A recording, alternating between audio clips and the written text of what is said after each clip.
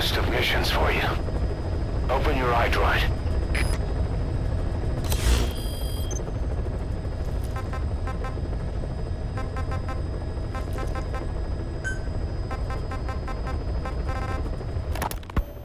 You were hospitalized in Dekelia, a British sovereign base area on Cyprus. It's part of British overseas territory that falls outside of Cypriot jurisdiction. You got moved from Cuba's Little America right into Cyprus's Little Britain. Why Dekelia? The UK and the US remain close allies. The last place Cypher would think to look for you is inside their own system. That's what kept you safe in British military hospital for 9 years. The safest place from a whale is inside its own belly. You were a regular Geppetto. Well, it wasn't Pinocchio who led me out to safety. So who was that guy? Cypher went so far as to attack British territory, burning their own ally. That's how badly they wanted you dead. He said I was in a British military hospital. But the doctor had a Greek accent. They hire locally. Easier to trust them. Dekelia is also home to Greek Cypriots, after all. What about the Turks? They haven't returned to the south. Not yet. The Cyprus dispute is still a long way from resolved. The country is just as split as it was in '74. Turkish Cypriots in the north, Greek Cypriots in the south. Between them, the Green Line, the UN established. And Dekelia sits right on top of it. It does. Part of the buffer zone between the two groups. Another reason it was the perfect place to hide you. Easy to spot any outsiders snooping around. So how do things stand? Now, last year, the Turks declared that the Turkish Republic of Northern Cyprus is an independent state, though it's only Turkey that recognizes it. In the past, the Greeks and Turks lived side by side in the same villages. There are reasons to fight. Those came from the outside. Greece, Turkey, Britain, America, they all had their own stake in pitting the two sides against each other. But once you spark something like this, it's impossible to control. Both sides build up grudges like debt, without the foresight to see that each act of revenge just fans the flames. And then it's too late for other nations to rush in with peace talks. The embers keep on smoldering. Each nation's arrogance only breeds anarchy. The world is paralyzed by this hunger for revenge. Cyprus is no different.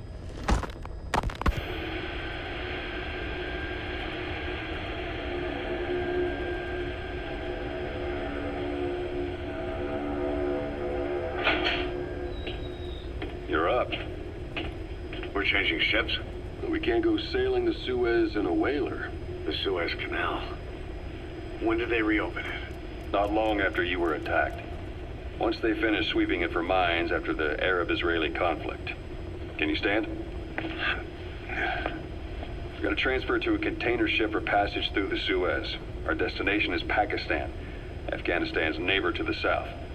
There we disembark and head via Peshawar to the Zero Line, the border. We'll travel to the Khyber Pass by road. And then? We continue on horseback. Afghanistan's main roads are under Soviet control. We'll need to go around them. It'll be all narrow, winding paths through the mountains. We'll do better on horseback. It's a local guerrilla tactic.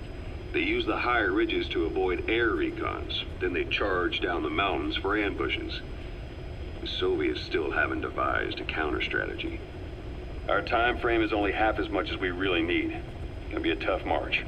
Better horses than boats. Well, it'll make for good physiotherapy. Take the time to get used to that new arm. While the Soviets have indicated they are not participating in the Los Angeles Olympics, primarily because the United States has made no attempt to guarantee the safety of the Soviet Union's athletes, the United States is increasingly demonstrating the belief that the issue has nothing to do with its preparations, and in fact this is retaliation for the Western nations' boycott of the previous Moscow Olympics. That concludes today's news. That's quite some news. The Soviet Union not attending the LA Olympics? Yeah. Andropov's death has changed some things. They're calling it revenge for the Western boycott of the Moscow Olympics. Countries boycotted the Moscow Olympics? Yes. In protest of the Soviet Union's invasion of Afghanistan. Over 50 countries were absent. It's too bad I didn't get to see Yamashita's judo. When the 40th Army crossed the Amu River 4 years ago, détente went right out the window. The U.S. Congress chose not to ratify SALT II, and Reagan's hardline politics won him the presidency in a landslide. According to him, The Soviet Union's an evil empire. The Second Cold War. And there's been no end to regional conflicts and civil wars. Lebanon, the Falklands, Grenada, Iran, Iraq. The story never changes. Egypt and Israel did sign a peace treaty. But then the driving force on the Egyptian side, President Sadat, was assassinated afterward. Apparently, his actions were considered a betrayal of his fellow Arabs. Islamic extremists? Yes, fundamentalist extremists have been responsible for some bold acts of terrorism in recent years. We've had extremist students in Iran take U.S. embassy workers hostage, and suicide bombings in Lebanon. Over 300 foreign soldiers stationed there have been killed. The countries have yet to develop an effective means of dealing with terrorism. Afraid of losing their own men, they've pulled their forces out, handing private forces a golden opportunity. Private forces? Small armies with no national affiliation, working for the highest bidder. That's right, they got the idea from you. After Mother Base went down, they began spreading to meet the soaring demand. Miller's organization is just one of many PFs now. The entire world is after you. But at the same time, it needs you too. Miller told me about what happened in the Caribbean 9 years ago. You do remember Miller. You'd formed a private army with him. An army with no allegiance to a nation. I remember, but... I see. You're not sure what's fact and what's a fantasy caused by the coma. It's still all a mess, huh? All I can do is tell you the facts as they were told to me. I've gone easy on you up until now, but this is where the hard stuff begins. 1974, the year before you entered your coma. You were in Colombia, operating with a small unit of men, basically mercenaries. Miller was among them. Miller was trying to find a way to turn his and your talents into a line of work. He was looking to start a business where you would fight on behalf of others around the world, those who needed military force. But the reality was, at that time, you didn't have enough gear to equip your own men. Then Miller came across this client. It was a huge job he was offering, but you had a shot at pulling it off. You accepted it and headed into Costa Rica. The client even threw in an offshore facility in the Caribbean. The Mother Base, that would be your new base of operations. Miller sure did have a head for business. As your mission went on, your unit grew and grew. More weapons, more money. Before you knew it, you were commanding 300 men. As the organization got bigger, your military powers swelled to match. It got so the international community couldn't afford to ignore you. You were just too damn successful for your own good. You, your men, had worn out your welcome. Everyone was out for you. East, West, First World, Third. It was only a matter of time before someone took you down. And that was XOF. Officially, they're an anti-terror unit under the CIA. In reality, they're Cypher's private strike force. They lured you to Cuba using Chico, the Nicaraguan revolutionary kid, and Paz, a mole who worked for Cypher as bait. While you were gone, XOF, posing as a nuclear inspection team, stormed Mother Base. At the same time, C4 they placed on the strut legs went off. The whole thing went down in minutes. XOF. Kisses and hugs followed by a big FU. All because of Miller's blind spot. A back door into Mother Base no one suspected. You remember a certain scientist. Huey was responsible for bringing the inspection team on board, giving the enemy a perfect opportunity to hit you at home. You were returning from Cuba when it happened. Mother Base came damn close to taking you with it into the Caribbean. Those of your men out on assignment returned right away. They refused to believe the wreckage in the water they found was Mother Base. But they checked the coordinates again and again, until reality finally settled in. You were supposed to die that day. That was XOF's primary objective. As far as most folks know, you did. The first doctor to see you wasn't even sure what he was looking at. Before they'd even finished operating, your men moved you to that hospital in Cyprus. It was a woman named Eva who arranged that. Rings a bell, huh? Most men in your condition would have been written off right from the start. But you survived. You went straight down to hell, and they pulled you out. Your eye wide open. Full of venom. The days of naked Snake are long gone. Welcome back, Venom Snake. This world still needs you. Here, Snake, try this on. A prosthetic arm. Yeah, Miller was calling it the arm that wasn't there. The physiotherapy's going well. Your arm's bulked up enough for it to fit. There. Perfect. A little time with it, and it'll work better than the real thing. What do you think? Huh. I can still feel my real arm. Well, you better get used to this one quick. You have any pain? Every now and then. Where? My fingertips. My left fingertips. Sounds like phantom pain. Your brain still remembers your old hand. Yeah. What about your vision? Can you see okay? Yeah, at the moment. Now, the shrapnel in your skull is pressing on your optic nerve. I'm told any hard impact could have an effect on your visual cortex. Yeah. The doctor mentioned that. Your brain might process visual information incorrectly. In other words, you could have hallucinations. You might see things that aren't there, or not see things as they really are. You experienced any of that? I think so. When? Right after I wake up. Colors look faded. Colors, huh? Well, that's not a major concern in and of itself, but it could mean the difference between life and death in the field. You'll need to watch out for that. I will. All right. You should continue your physio. We'll be arriving soon. It's the last chance you'll get.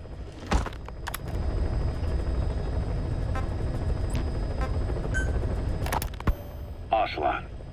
I hear they started calling you Shalashaska in Afghanistan. What's that about? You know the term Sharashka? It's slang for a suspicious, hastily thrown together organization. The word became associated with a type of forced labor facility in the Soviet Gulag system. OKB scientists and engineers who'd been convicted of crimes were sent to a Sharashka for forced R&D. The Sharashkas were supervised by Lavrenti Beria of the NKVD, the secret police, under the official name 4th Special Department. Forced research? That's not very different from what we do here. Diamond Dogs is different. Everyone here believes in you. Regardless of where they came from or why they're here, they revere you. And they're fighting because it was their choice. And if it wasn't, they'd leave? Who knows? That's our reality here, whether it's real or not. If there's another truth, I don't want to know it. All that matters is that's the concept that's taken shape in their heads. The traces of a group ideology, our superstructure, to put it in Marxist terms. All right. Go on. Right. So anyway, at some point the enemy started calling me Sharashka. This was after the war in Afghanistan broke out. While I was keeping an eye on you in that hospital, I was also heading up interrogations here. The men I broke gave up their comrades and families, everything they wanted to protect them most. No real cause for it. I just let myself get caught up in the old Russian pride. And suddenly I received the honor of becoming Special Interrogation Advisor to the forced labor camps. But the more men I interrogated, the more people saw me as just that, the interrogator. It helped cover my real objective of keeping you safe. You went that far for me? Far enough to keep you alive. I ended up being pretty well known among the Afghan guerrillas. Some of them would have seen me on the battlefield, and that's how I got the second half of the name. Shashka. It's a sword, a type of saber from the Caucasus. Russian dragoons and Cossacks carried them into battle. Now, the Russian Empire had a general by the name of Fyodor Arturovich Keller. His bravery earned him the nickname Russia's Greatest Shashka. Someone must have known about that, because somewhere along the line, Shashka got stuck on the end of Sharashka.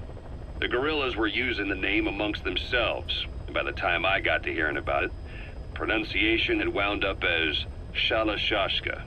So, half Gulag, half Hero sword. Is a perfect fit. But you see how rumors and ideas about people can get out of hand fast. Once you create a character and put it out there in public mind, it warps and twists with every baseless rumor. And before you know it, all people see are phantoms. In my case, it works out just fine. I'm plenty used to working under aliases.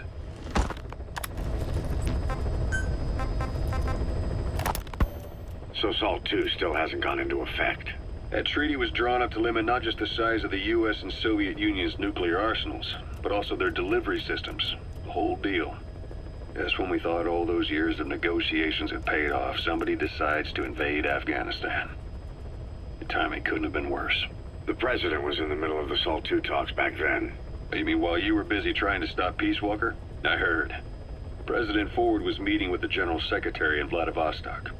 In his absence, the political brass in America detected what they didn't realize was false nuclear launch data from Peace Walker, and were on the verge of ordering a retaliatory nuclear strike. Coleman's big idea? Humans are incapable of destroying themselves. Turns out he never knew what humans are capable of. If that AI, the boss, hadn't found a way to stop the fake data transmission, they probably would have gone ahead with the launch. Deterrence was revealed as the pipe dream it was. All thanks to you. And her. The U.S.-Soviet talks looked set to fall through. What happened in Nicaragua no doubt helped trigger a change of heart. But in the end... The time's to find the politics. When you've grabbed their tail, they turn and bite your hand. I first met you 20 years ago now. The place was Selenouyarsk in the Soviet Union. We were enemies. I was with the GRU. You were still fighting for America. 1964. Operation Snake Eater. Its objective? The assassination of the legendary soldier known as the Boss. When you returned home successful, they awarded you the title Big Boss. Your CO, Zero, sought to carry on the boss's will by covertly establishing his own organization. You knew the original members from Operation Snake Eater. From America, there was David O, or as he was to you, Major Zero. Donald Anderson, aka Sigint. Dr. Clark, who went by paramedic during the operation. And the fourth, you. From China, there was Eva. And me, Ocelot, from the Soviet Union. 6 in total. To us, government notions of friend and foe were meaningless. As were East and West, we joined forces by our will alone. Our objective was to fulfill the boss's dying wish, to make the world one. And to do it, Zero used the Philosopher's Legacy, the secret war fund you obtained during Operation Snake Eater. This organization would go on to become Cypher. I, on the other hand, was left with the problem.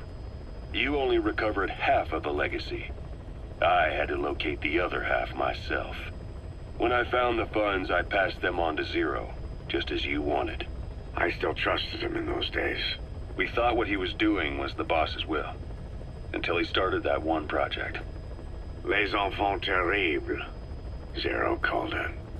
You parted ways, as did Eva, leaving only Anderson and Clark still with him.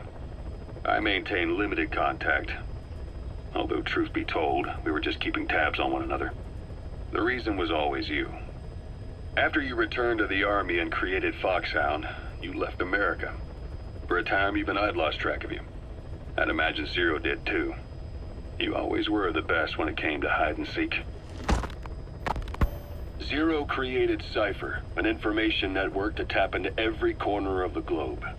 Woven together, Cypher's arteries make the world just one big organism, and that's not all. It also monitors the thorn in Zero's side. That's you, tracking your coordinates wherever you might go. The further you strayed from your roots, the larger Zero became. It's as if he was trying to close the gap between you. But before long, he disappeared from public life. Only a few people had direct contact with him. For a time, I was one of them. Then a year after you fell into your coma, he slipped out of sight entirely. Since then, nothing. No photos, no recordings, not even a reliable rumor as to his whereabouts. I tried every method I could think of, but Zero was gone. Freed of his control, his creation, his power continued to grow. Cypher is a great beast, and Zero was its spine. But even without him, it's endured, evolved. But now its body is rotting, riddled with parasites. Parasites like the ones who attacked you 9 years ago in the Caribbean, and then at the hospital.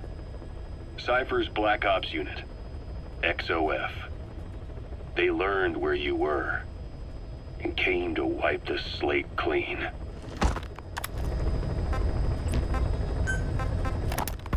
Christmas Eve, 1979. The Soviet Union rolled into Afghanistan. Muslims had revolted against the Soviet-friendly regime established the year before. The DRA forces could no longer contain it themselves, so the Soviets went in to intervene. The Afghan government was powerless and fraught with infighting. They lost the hearts and minds of the people, and that alarmed the Soviet leadership. With the Islamic Revolution happening in Iran, the Soviets felt they had to act fast or risk the spread of Islamic revivalism. A superpower sending a motorized rifle division against men on horseback with antique rifles. Everyone thought it'd be over in an instant, only it wasn't. Some Muslims made their fight a jihad, a holy war, and began a guerrilla campaign on all fronts. A war of attrition. These fighters call themselves Mujahideen. They're being supported by the West through Pakistan. That's why Miller was involved. He was training them near the Zero Line, sponsored by the CIA. The war has become a nightmare for the Soviet troops stationed here. They thought they'd be headed home in 6 months at the most. Then a year passed. 2 years. Now here we are 4 years on with no exit in sight. Afghanistan has become the Soviet Union's Vietnam. The Soviet troops on the ground want to go home, but at least they have homes to go back to. The Afghans have lost theirs. The Soviets destroy the kishlaks, villages, wherever they can. They burn down homes and fields, fill in wells, turn pastures into minefields. It's created a mass of refugees who fled to Pakistan. If the Mujahideen are fish swimming around the villages, the Soviets will go so far as to dry out their ocean. But this has had a big price. There's bitter resentment among the Afghans, and they're taking out their anger on the soldiers on the front lines. Among the Mujahideen are the Pashtun people. They're fiercely devoted to their code of Badal, or revenge. Soviets they've captured have had their hands, feet, and noses cut off before being left to die at the side of the road, just to show their comrades what they're capable of. Friendlies who come across them can do nothing but put them out of their misery. Then they burn down another village in retaliation. And the cycle of vengeance goes on.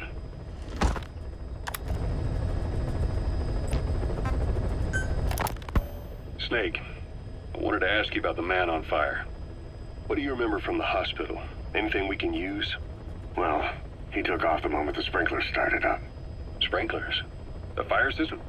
And when he got sprayed with water from the burst pipe, it slowed him down. When we escaped on horseback, he wouldn't cross the river either. And then it started to rain. And he disappeared.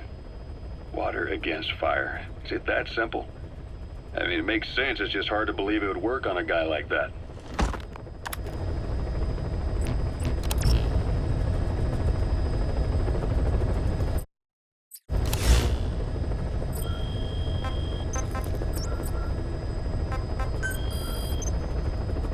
I've taken the job offers Diamond Dogs has received and made a list of those I want you to consider. Which ones you accept is your call. The objectives of the missions I've added are prisoner rescue, facility sabotage, and high-value target elimination. Probably all a walk in the park for you, but they should help you get back on your feet. I put the mission details on a cassette tape. Refer to it if you decide to accept the mission. We'll receive GMP for completing missions, and extracting soldiers and prisoners will boost our ranks. Building up Mother Base is the first step to achieving our goal. If that means wet work, so be it. We're gonna have to get our hands dirty. I hope you're rested up, because we're not stopping. Not until the pain is gone. The future of Diamond Dogs is in your hands. We're counting on you, boss.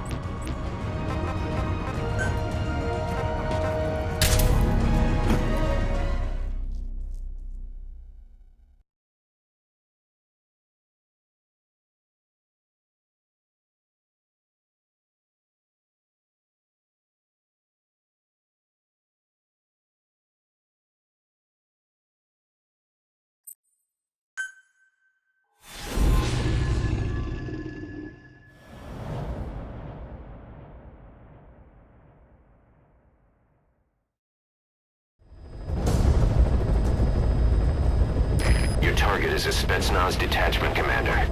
Your orders are to take him out. With skills like his, it'd be a shame to waste him. But I'll leave the method up to you. Boss, make your way to Deshago Calais and eliminate the target.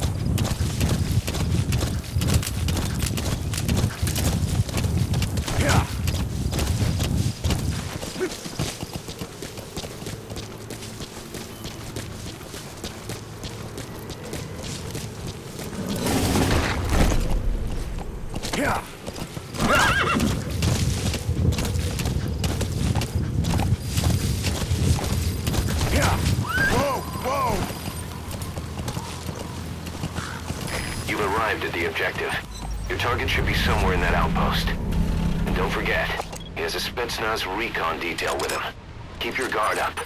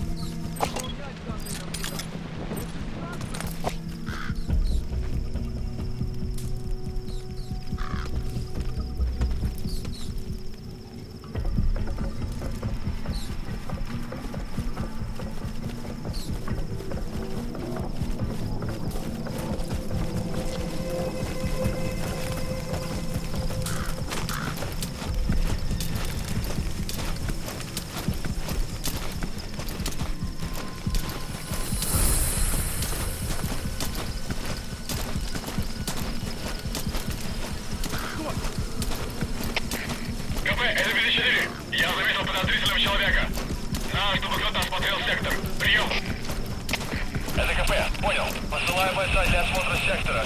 Не теряйте бдительности. Конец связи.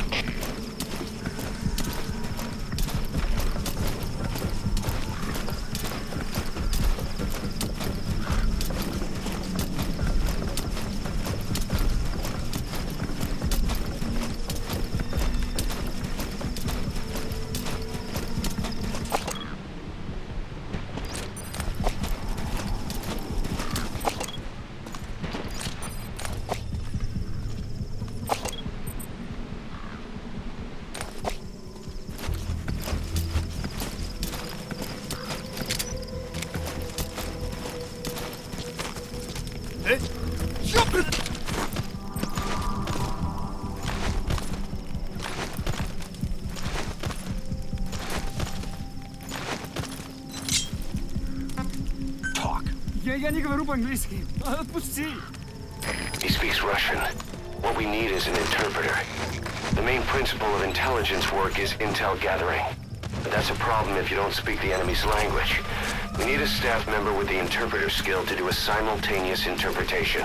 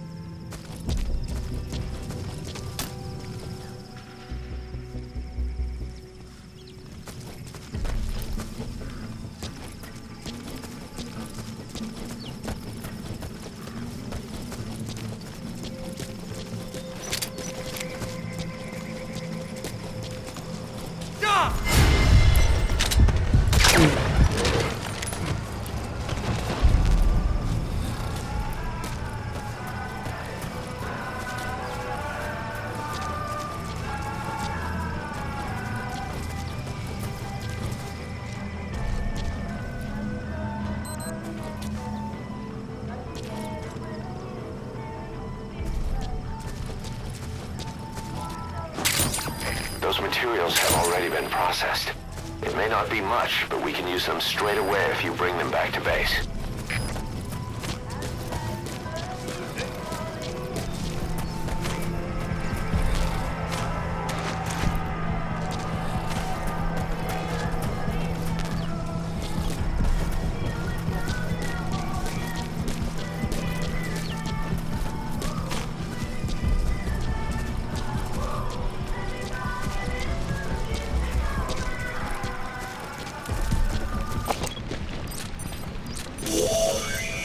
There, that's the target.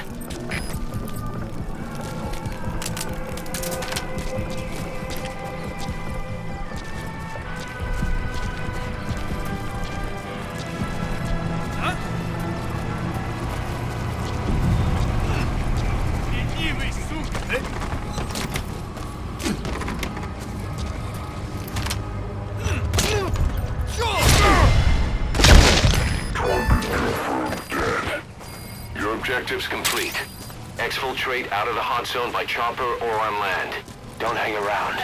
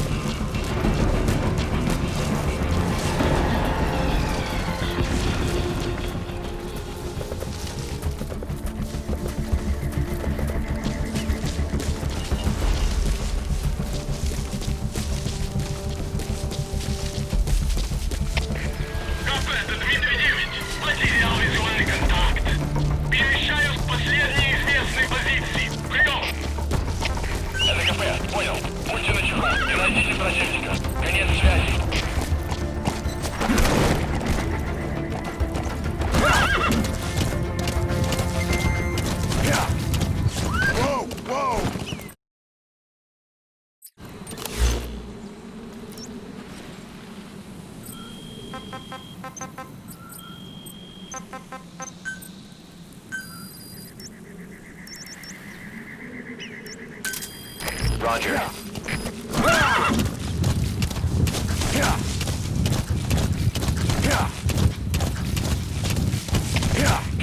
Стоп! Это КП. Понадеялся огонь. Открыли огонь в ответ. Но потеряли врага. Враг вооружен ПМЦ поблизости. Соблюдайте осторожно. Прием.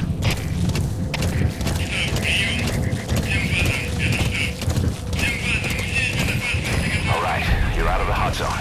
No enemy forces in pursuit. Mission complete. Whoa!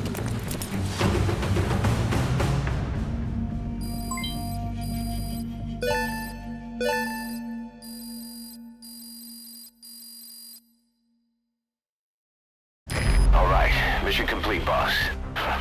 Maybe you'll actually break a sweat next time, huh?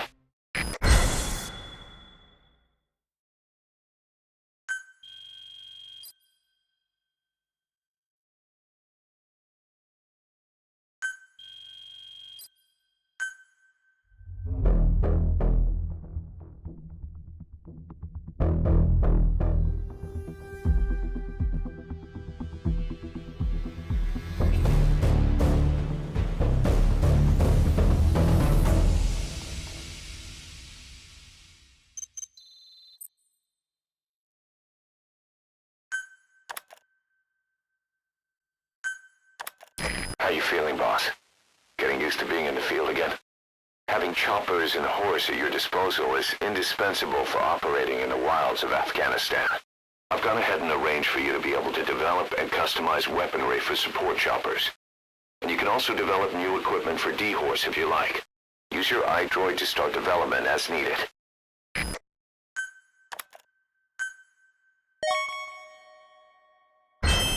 Remember the guys you brought back from the base in Cuba 9 years ago? Believe it or not, some of them survived that hell we went through. Word reached them that Big Boss is back and they wanted in. They're good men, our brothers in fate. They'll be glad to know you've seen them here.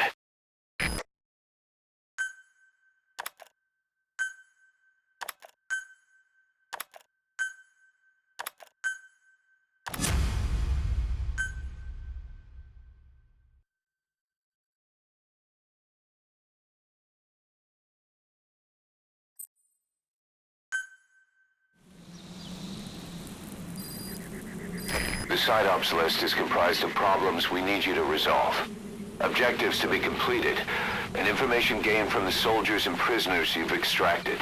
These aren't missions per se, but if you can take care of them when you're free, I'd appreciate it.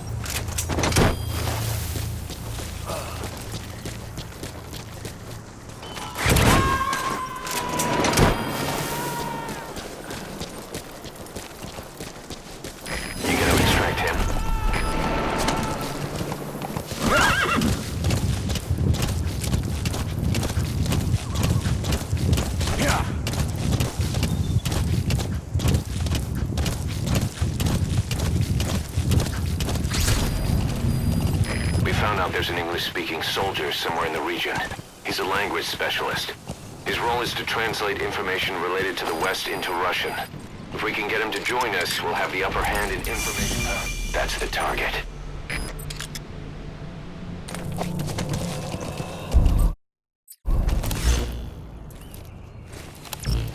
Yeah.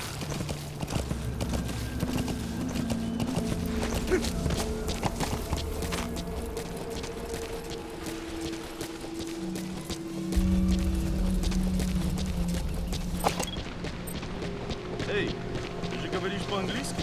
Это не просто. A Soviet soldier. A lot of them came from Central Asia before, but lately they've been using more and more Russians. Simple, really.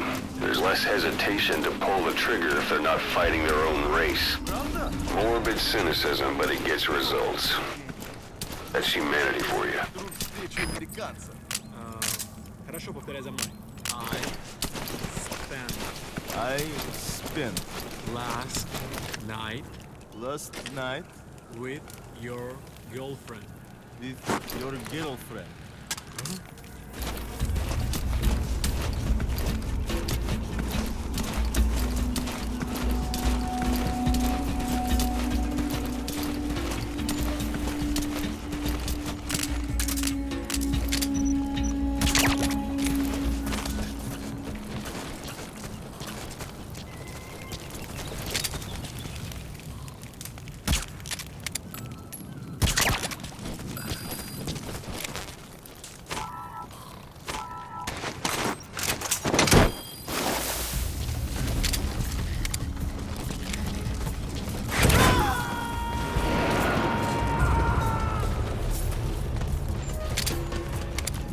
Subject on board. Leave the rest to us. So your suppressor is worn out. That gun will be as loud as any other now. If you have to shoot, be careful.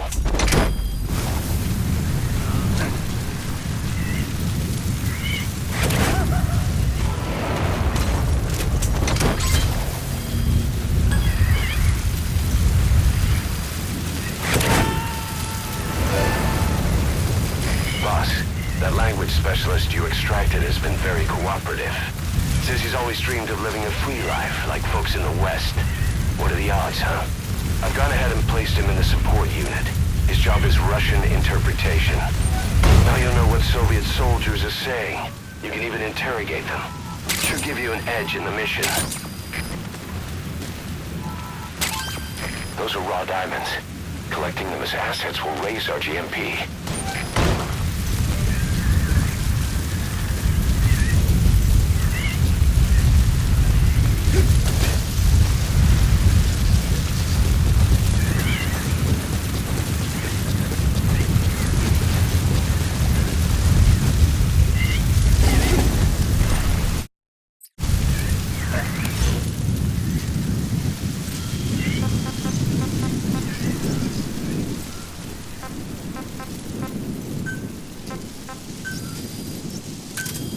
Roger.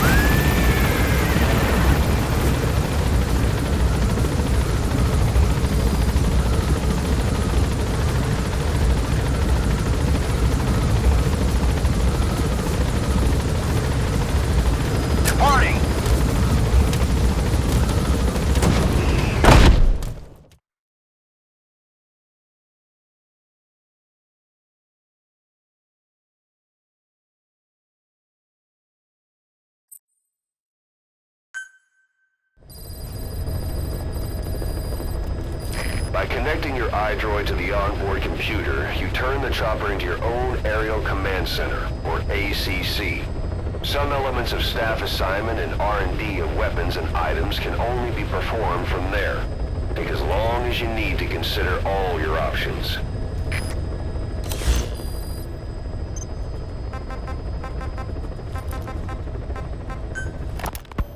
Kaz, what about the unit that attacked us in the mist? You knew something about them. That wasn't my first run-in with them. It happened right before I was captured by the Soviets. We were on the Zero line that day, the Afghan side, on our way back from training the Mujahideen at a mountain camp in Kunar province. There's a lot of that work in Afghanistan. Most PFs shy away from it because it draws too much attention. But for us, that was the whole point. The job itself went great. We just had to make it back to a tribal area in Pakistan. But all of a sudden, visibility got real bad. It was no sandstorm. Our point man gave this strange report. He said he could see skulls in the mist. Skulls? The next moment, he went silent. We scrambled into formation, right before his arms and legs came raining down on us. It was always supposed to be a dangerous mission, so I had Diamond Dog's very best with me. We were calling out to each other. But one by one, the voices just went dead.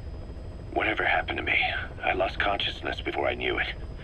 When I came to, I was in a Soviet camp, tied to an interrogation chair. Could they be some new Spetsnaz unit? No. The ones that interrogated me were just the average rank and file. Whatever group attacked us, the way they moved was just insane. And that mist, appearing out of nowhere. The Soviets don't have tech like that. If they did, Ocelot would have heard about it. I doubt the West does either. Otherwise, the folks at Langley would be sleeping a lot easier. Why'd they come after you? Wish I knew. I'm the only one who survived. Though I don't think they planned it that way.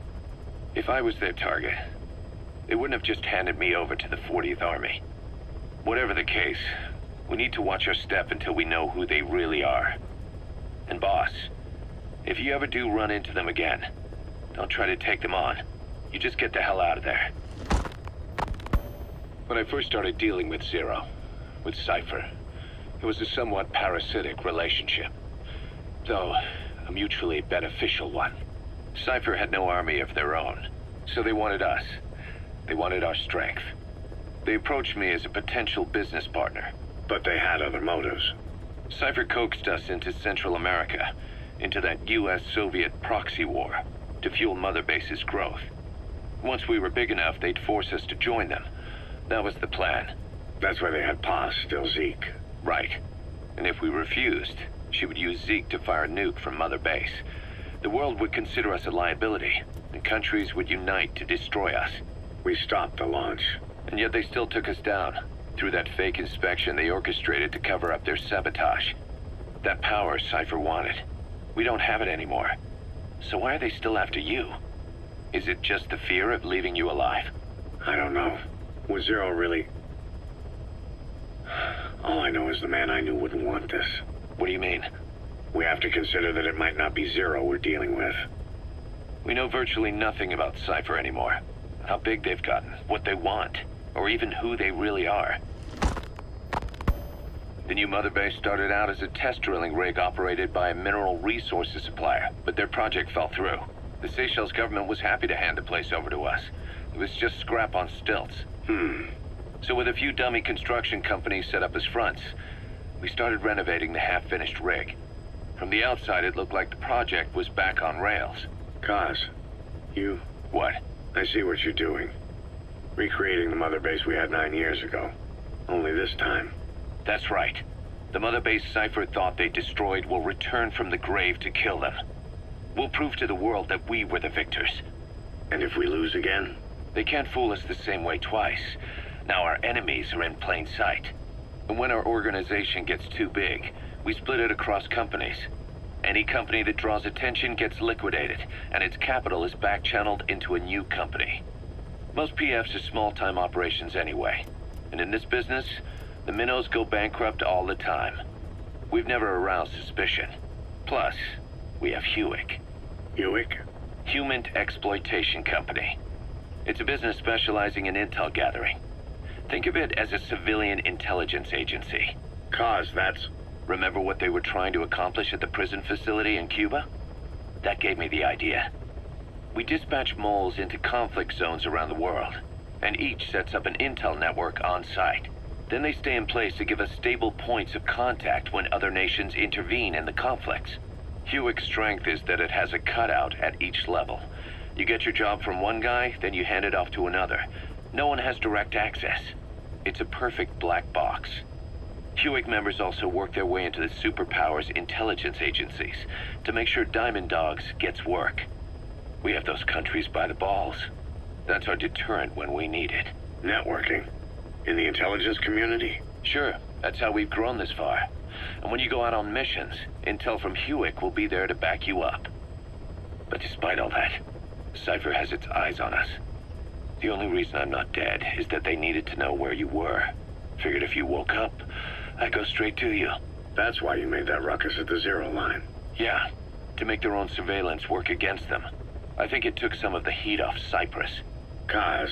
Then I just had to wait for you to save me. And I've gotten used to waiting. Kaz. That's not all. It was a good chance to scout the market. And with the West wanting the Soviets out of Afghanistan, their agencies are bursting at the seams with funding. Boss, let's start by building up our Afghan presence. Why put Mother Base in the Seychelles?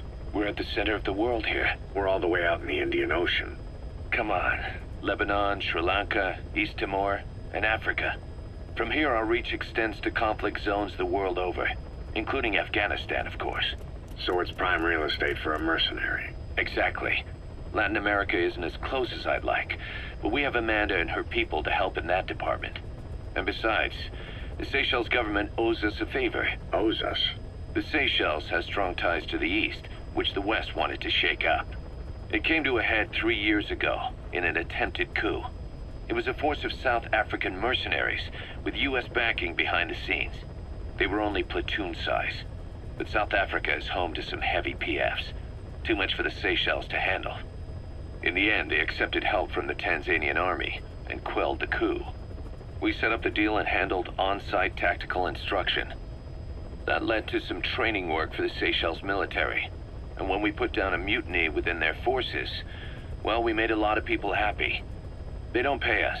They just let us have a piece of their offshore territory on the promise we'll come running if something else happens. So we're bodyguards, too. It's a good setup. We can only take Mother Base so far here. We'll have to find somewhere else when this place starts getting big. Aren't you being a little hasty? Nothing hasty about it. You're back with us now.